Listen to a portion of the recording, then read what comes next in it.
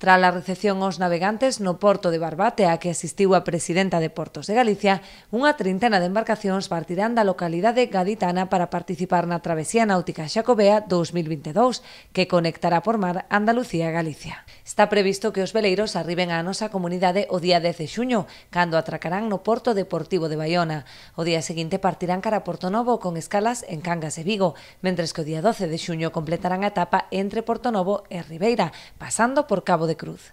A expedición marítima rematará o día 13 no Porto Deportivo de Portosín, onde os participantes alcanzarán a meta por mar. Completarán o resto do percorrido a pé, seguindo o camiño portugués ata Compostela para gañar o xubileo. Esta ruta marítima organizada pola Asociación de Náuticos de Galicia, ASNAUGA, busca promocionar o camiño por mar cos portos deportivos da nosa comunidade como entrada de peregrinos e enlace cos camiños oficiais de peregrinación por terra. Ademais de aproveitar o reclamo turístico que supón este ano Xacobeo, a intención de Portos de Galicia é consolidar o turismo náutico na nosa comunidade como unha aposta de futuro, baseada na excelencia dos servizos que ofrecen as instalacións náuticas galegas.